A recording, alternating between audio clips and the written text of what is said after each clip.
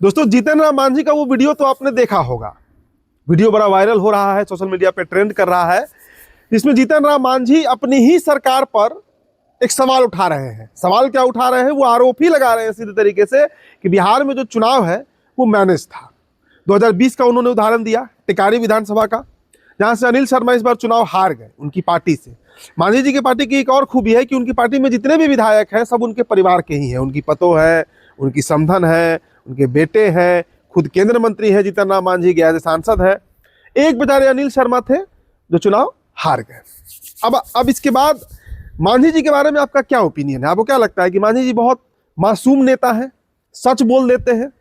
ज्यादातर लोगों को यही लग रहा होगा, और आरजेडी को एक मुद्दा भी मिल गया, राहुल गांधी को भी एक मुद्दा मिल गया कि बिहार में वोट चोरी हुआ है। चलिए मान लेते हैं वोट चोरी हुआ है, तो क्या जीतन राम मांझी जो अपनी ही सरकार पर सवाल उठा रहे हैं, सवाल तो अपनी सरकार पर उठा रहे हैं, नीतीश कुमार पर उठा रहे होंगे, और नीतीश कुमार से ज्यादा बीजेपी पर उठा रहे हैं, तो क्या वो केंद्रीय मंत्रिमंडल में जो नरेंद्र मोदी के कैबिनेट है वहां से इस्तीफा देंगे? नैतिकता के तौर पर तो देखिए उन्होंने सफाई भी दे दिया कि हमारे बयान को तोड़ मरोड़ कर पेश किया जा रहा है। तो भाई, अगर आपके बयान को, जो वीडियो को अगर आप फेक बता रहे हैं, तो जो ओरिजिनल वीडियो है वो आप दे दीजिए। दोस्तों, अंदर का खेल आपको समझना पड़ेगा। मांझी जी इतने अपरिपक्व नेता नहीं है। भाई, जो व्यक्ति पूर्व में बिहार का मुख्यमंत्री रहा है और नीतीश कुमार तक से उन्होंने पंगा ले लिया था, अगर आपको याद होगा, नीतीश कुमार बेचैनी में आ गए थे जब जीतन राम मांझी अपना फैसला लेने लगे थे। कई बार के विधायक रहे हैं, बिहार सरकार में मंत्री रहे हैं, और गया से मौजूदा सांसद है और केंद्र में मंत्री हैं। तो जिस व्यक्ति का 50 साल का राजनीतिक इतिहास है और संवैधानिक पद पर रहते हुए वो इतना अपरिपक्व नहीं हो सकता है कि इस तरह का बयान बिहार चुनाव के 1 महीने बाद देगा। कड़ी से कड़ी जोड़िए दोस्तों। हमने कल आपको खबर बताया था, कल हमने खबर में आपको बताया था कि मांझी, नीतीश कुमार जो है उनके एक बड़े नेता जो है वो लालू यादव से मुलाकात किए हैं। नीतीश कुमार मौजूदा सरकार से असंतुष्ट है। असंतुष्ट है क्या? गुस्से में है, बेचैनी में है, बौखलाहट में है, गृह मंत्रालय चला गया है। तो जो एक कवायद चल रही है बिहार में, और हमने आपको यह भी बताया था कल कि देखिए इस बार अगर पलटा पलटी होगा तो नीतीश कुमार जो है वो इस्तीफा तो नहीं देंगे, क्योंकि अगर इस्तीफा देंगे तो फंस जाएंगे। राज्यपाल बीजेपी का है, स्पीकर बीजेपी का है, सारा पद तो बीजेपी ही ले चुकी है आज के डेट में, बड़े भाई की भूमिका में है, बस मुख्यमंत्री भर रह गए हैं नीतीश कुमार, तो फंस जाएंगे। बीजेपी को कॉल हो जाएगा अपना सीएम बनाने के लिए, बहुमत भी साबित हो जाएगा, जदयू टूट भी जाएगी, ऑपरेशन लोटस, बहुत कुछ हो सकता है। 2013 में जिस तरह नीतीश कुमार ने किया था कि मंत्रिमंडल बर्खास्त करके बीजेपी के जो मंत्री हैं सबको बर्खास्त करेंगे और फिर नई सरकार बना लेंगे। जीतन राम मांझी के बयान को इस खबर से आप जोड़िए, इस तथ्य से आप जोड़िए। मांझी जी किस पर सवाल उठा रहे हैं? मांझी जी के अनुसार जिस डीएम का वो जिक्र कर रहे हैं, अभिषेक सिंह, जिन्होंने 2020 में 2700 वोटों, 2630 वोट शायद था, जिससे अनिल शर्मा जीते थे। अब इस बार हार गए अनिल शर्मा, वहां से आरजेडी के विधायक जीते हैं, दांगी जी। और आरजेडी का जरा देखिए, अब आरजेडी इस पर जो बौखला रही है वो भी समझ लीजिए आप।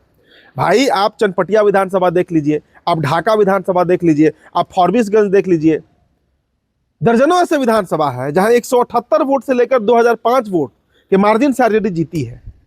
तो अगर सेटिंग गेटिंग ही होता तो ये सारी सीट आरजेडी हार जाती। खुद राघोपुर से तेजस्वी यादव पीछे चल रहे थे, शाम के समय जो है वो सतीश राय हारे हैं वहां से, सतीश यादव। तो हम अगर मान भी ले कि सेटिंग गेटिंग हुआ था, चलिए मान लेते हैं हम, इसका कोई तथ्य प्रमाण नहीं है जैसा मांझी जी कह रहे हैं, तो क्यों आरजेडी के ये जो 5-7 विधायक हैं ये जीत गए? क्यों पवन जायसवाल ढाका से हार गए फैजल रहमान के सामने मात्र 178 वोटों से? क्या वहां डीएम नहीं मैनेज हो सकते थे? आराम से मैनेज हो जाता। अगर मैनेजमेंट ही चलता तो डीएम तो आराम से मैनेज होता। रामगढ़ देख लीजिए, सतीश यादव जीत गए बसपा से, कितना वोट से जीते हैं।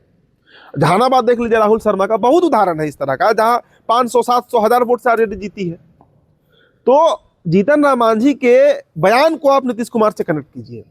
किसके इशारे पर जीतन राम मांझी इस तरह का बयान दे रहे हैं? देखिए, 2-3 मुद्दा है। पहला तो जो हिजाब कांड है बिहार में, आज इंटरनेशनल मुद्दा बन चुका है। कई इस्लामिक देश में एक खबर चल रहा है, हमने आपको टाइम्स ऑफ कराची का वो खबर दिखाया था अपने चैनल पर, जहां पाकिस्तान में जो वहां का डॉन है शहजाद भट्टी, धमकी दिया नीतीश कुमार को। और बंगाल कनेक्शन से, बंगाल में भी चूंकि चुनाव है तो ममता बनर्जी भी इस कनेक्शन से अब जुड़ रही है। नीतीश कुमार की बहुत भारी फजीहत हुई है बुर्का कांड के बाद। जो हिजाब वाला कांड हुआ, वो जो लड़की है नुसरत, उनके साथ जो नीतीश कुमार ने किया। पहला तो चीज कि उससे दिमाग भटकाने के लिए, जो कि पिछले 4-5 दिनों से वो लगातार सोशल मीडिया पर ट्रेंड कर रहा है, लेकिन अब कल से देखिए रुख बदल गया मांझी जी के बयान के चलते। और अब मूल बात पर आइए, जीतन राम मांझी का खेल समझिए। जीतन राम मांझी किसके इशारे पे सब कर रहे हैं? संभावना है, मैं संभावना की बात कर रहा हूं, इसका कोई सोर्स नहीं है। खबर संभावना पर भी होता है, जो कि पॉलिटिकल बीट है, राजनेता इस तरह की काम करते हैं। देखिए, संभावना है, जो हमने कल आपको बताया भी था, कि जो एक रूपरेखा नीतीश कुमार तैयार कर रहे हैं, आरजेडी का बाहर समर्थन, तेजस्वी यादव बाहर समर्थन करेंगे अपने 25 विधायकों के साथ, 85 विधायक जदयू के पास पहले से है। इसके अलावा आरएलएम और हमको, आरएलएम में चूंकि 4 विधायक है, स्नेहलता कुशवाहा, रामेश्वर महतो, आलोक सिंह और माधव आनंद, और जो विधायक हैं जीतन राम मांझी के पास, हो सकता है कि सारा का समर्थन नीतीश कुमार को मिल जाए और नीतीश कुमार अपना जुबान जो है वो बोलवा रहे हैं जीतन राम मांझी से। क्योंकि नीतीश कुमार तो कह नहीं सकते हैं चुनाव में सेटिंग वेटिंग हुआ था। मैंने क्या कहा कि मांझी जी इतने अपरिपक्व नेता नहीं है जितना लोग समझते हैं। जीतन राम मांझी इतने अपरिपक्व नेता हो ही नहीं सकते हैं। भाई, जिस व्यक्ति का 50 साल का राजनीतिक इतिहास है, सारी पार्टियों का यात्रा करके आज अपनी पार्टी बनाया हिंदुस्तानी आवाम मोर्चा, वो इस तरह का बयान तो नहीं देते मन से। इस तरह का बयान वो दे भी नहीं सकते हैं। वो बोल रहे हैं किसकी जुबान? वो नीतीश कुमार की जुबान बोल रहे हैं। ये मेरा स्व आकलन है दोस्तों, मेरी निजी राय है, हो सकता है आप इससे असहमत हो, लेकिन एक एंगल ये भी है, इस बात से आप इनकार नहीं कर सकते हैं।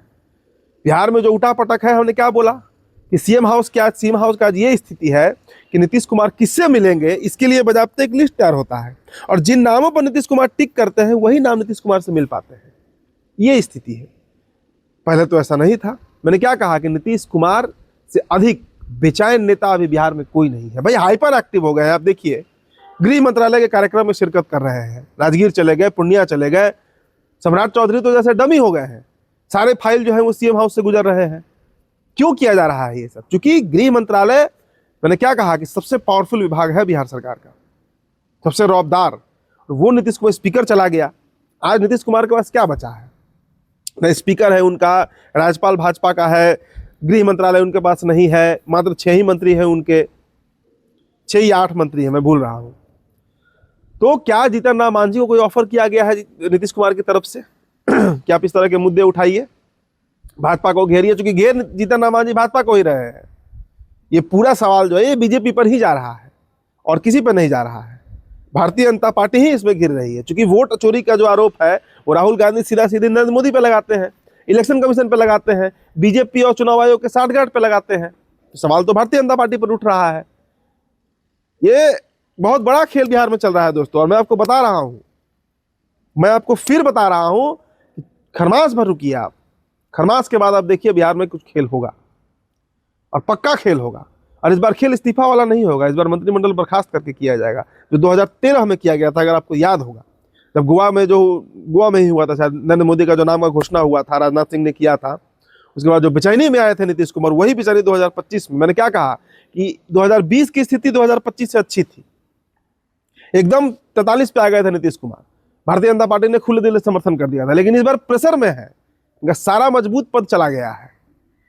और मैं फिर कह रहा हूं कि जो शांति, जो सहजता, जो सरलता अभी सरकार में दिख रही है, वो सिर्फ दिख रही है नहीं। तो जीतन राम मांझी इसी तरह नहीं बोले हैं, बुलवाया गया है उनसे। और देखिएगा ये बात आज नहीं तो कल सही साबित होगा।